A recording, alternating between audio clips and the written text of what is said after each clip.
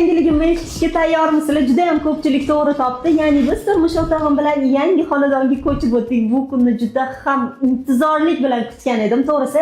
Lekin hali uyimiz tayyor emas. Ya'ni obzorni ko'rsata olmaymiz, chunki gilamlarimiz yo'q, pardalarimiz yo'q. Bu borada hali yana izlanishlar olib boramiz. Ikkinchi asosiy yangiligim esa men vaynlarga qaytdim o'rtoqlar. Stasionani ushlang!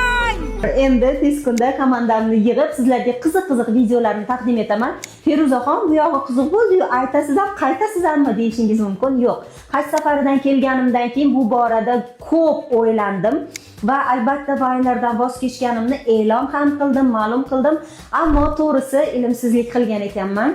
Ya'ni bu borada ilm ahllaridan maslahatlar so'radim, ko'p izlandim, o'ylandim va har bandani har qilayotgan ishida eng asosiysi niyati ekanligini bildim. Ya'ni amallar niyatlarga bog'liq. Yaxshi vaynlarni taqdim etishga harakat qilamiz. Shu kungacha meni sahifamni tark etmagan hammaga rahmat.